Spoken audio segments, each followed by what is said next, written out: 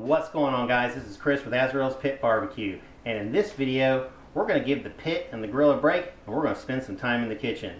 Today we're making macaroni and cheese, specifically crack and cheese, a recipe that can be found on AmazingRibs.com. I will post a link to the recipe in the description box below. You know, everybody loves macaroni and cheese, and it really is an American comfort food. For me personally, like possibly many of you, when I first started messing around in the kitchen and cooking stuff when I was a kid, one of the first things I learned was how to make macaroni and cheese. But you know, this guy.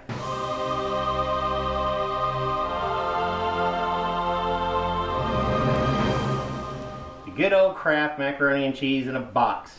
And then, as I got a little older and wanted to experiment around a little bit, I'd brown up some meat and put it all together because I was trying to make this guy. Hamburger Helper Cheeseburger. Well, I'm older and maybe not so much wiser now, but today, if I want to make macaroni and cheese, I don't use this or this. And I definitely don't use this. We're going to make our macaroni and cheese from scratch. Now, I know some of you may go the Velveeta route. We're not using that either. Get out of here. Making mac and cheese from scratch is not that difficult, but the cheese sauce itself is a bit involved. To do that, we're going to make a blonde roux with butter and flour. That we will add cream to, heavy cream in our case, to make a bechamel. From the bechamel, we will add our cheese, and not this stuff. Please do not use pre-shredded packaged cheese. And the reason why is that cheese typically has some type of anti-caking coating on it, which keeps it from clumping up, which we all want for sure, but it doesn't make for the best in melting, and it doesn't melt the smoothest. We want to use cheese, block cheese, that we have shredded ourselves. The nice thing about this is we can choose the cheeses we want. For this flavor profile, we're going a pretty standard flavor with mild cheddar and Gouda, which will give it a touch of a smoky flavor, and then we're going to top it off with a Kobe when we bake it in the oven later. Once we have our mac and cheese done, we're going to add some little extras in it, like some ground chuck that we've already browned, ready to go, season it up. You can grind this yourself. If you get it at the store, I recommend you ask for a chili grind if they don't already have it on the shelf. We're also going to add some sauteed onions with a little bit of garlic in it, and we're going to put this into a casserole dish, which we are going to then top with our Colby, a little bit of paprika, and we'll put some panko breadcrumbs on top of that and bake it for just a little bit. Guys, I'll be honest with you, this is probably the most unhealthy thing I cook. It is straight up bad. It is nothing but carbs and cheese and oils, but it is so good. And they don't call it comfort food for nothing. It's not meant to be healthy. It's just supposed to be good, and it's supposed to be fun. So let's get cooking.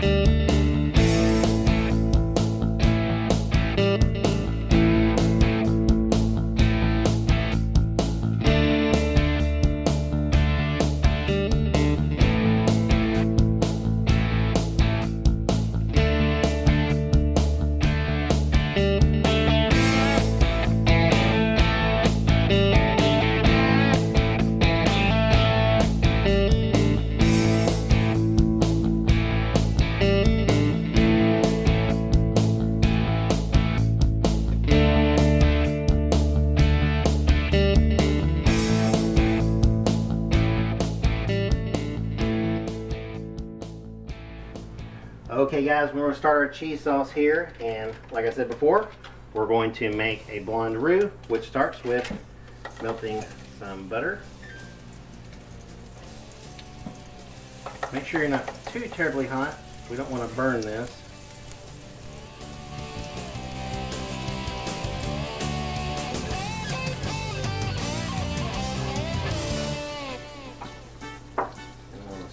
slowly start adding in some flour.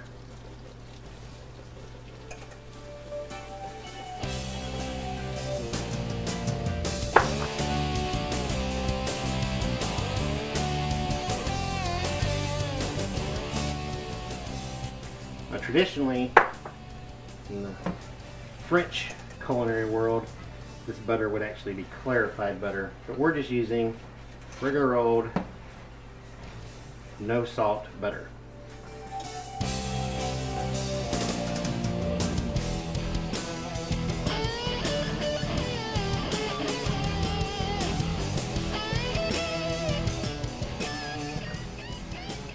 And there we have a quick blonde roux.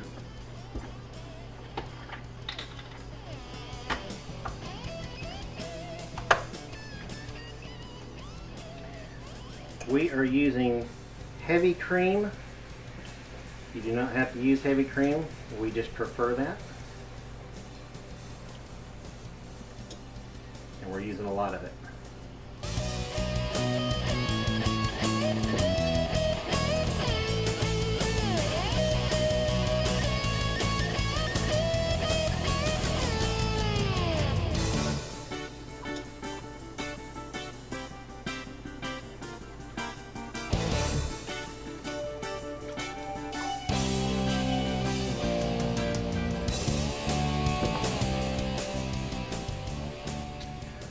Once you have your cream in, you want to bring this up and get it to a simmer. The key here is make sure you don't have any lumps from your flour, from your roux. And we want this to thicken up just a bit to the consistency of, say, latex paint. It'll take just a few minutes for that roux to thicken this cream.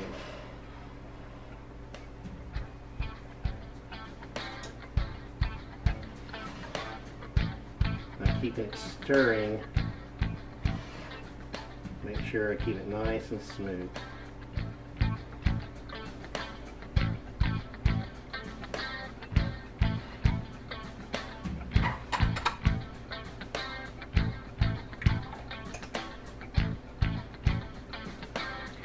don't know if you can see it in the camera, but you can see how thin that is.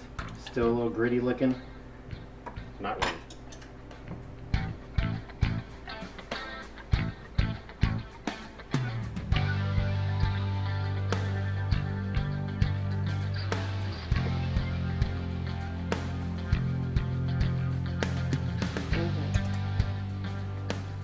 Okay guys, and there is a basic bechamel, and now we're going to start adding in our cheese a little bit at a time, and we'll stir it, fold it in until we got it all in there.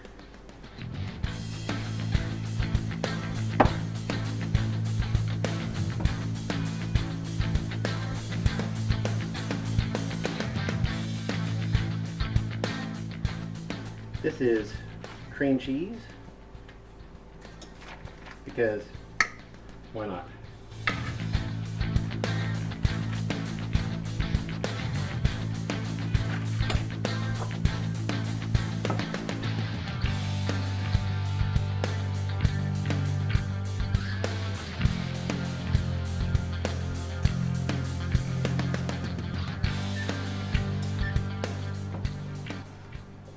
Be really careful with your temperatures as this starts to heat up. It makes it harder for the gases underneath to escape, and that can cause you to get burning and bubbles and stuff.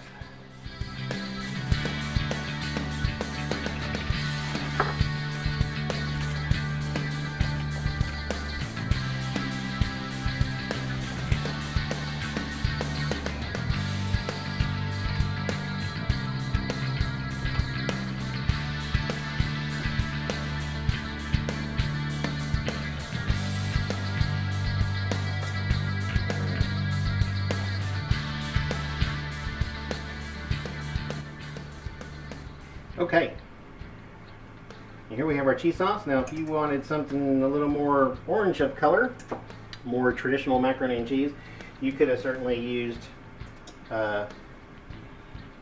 you could bypass the Gouda, which is a white cheese, and gone with more cheddar or something along those lines. We like that Gouda flavor, and it's a neat combo. So, okay, so I just put in my salt and pepper that I had pre-measured out for this cook. I'm gonna throw my onions and my meat in here. Let this finish out, and then we will add our pasta.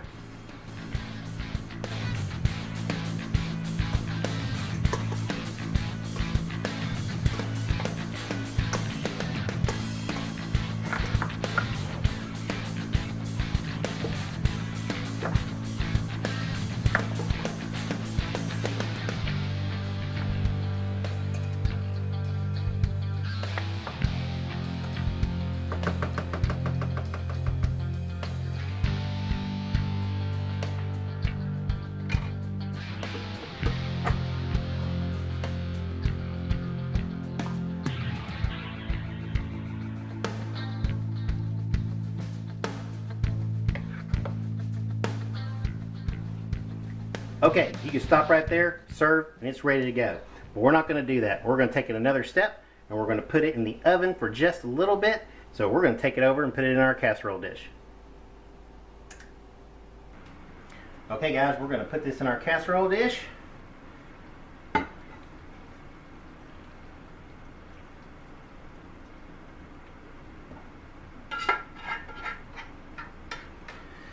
Okay, we're going to put some Colby on top of this. You can use whatever you like.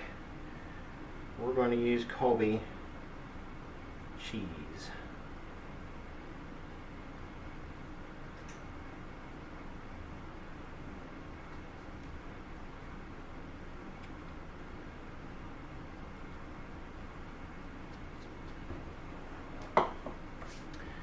Next, we're going to give it a dusting with some paprika.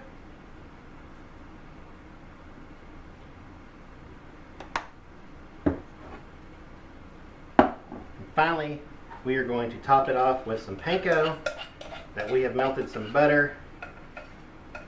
Toss the panko in with the butter, give it a nice little coating. This will help it brown up.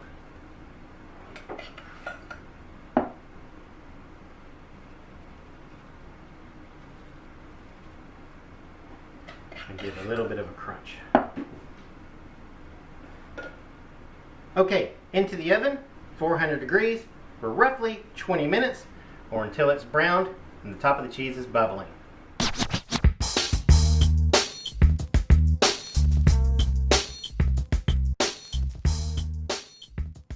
Okay guys, that's going to wrap this cook up. Macaroni and cheese is looking and smelling fantastic. Before we go, a couple of things. One, please make sure you check out the link in the description below to this recipe at AmazingRibs.com. There's going to be a lot of detail in there and a lot of variations you're going to want to look into. Two, because this is a roux and a bechamel based sauce, it does not reheat very well. If you come tomorrow, you make this, and then the next day you go just throw it in the microwave, you're going to have an oily mess. So make sure if you reheat leftovers, you reheat it nice and slowly, and you be really careful not to get the internal temperature above 145 degrees. At that point, things will start breaking down and you'll have a big oily mess. Again, hope you enjoyed this recipe, hope you enjoyed the cook, and we will see you next time. Thanks for watching.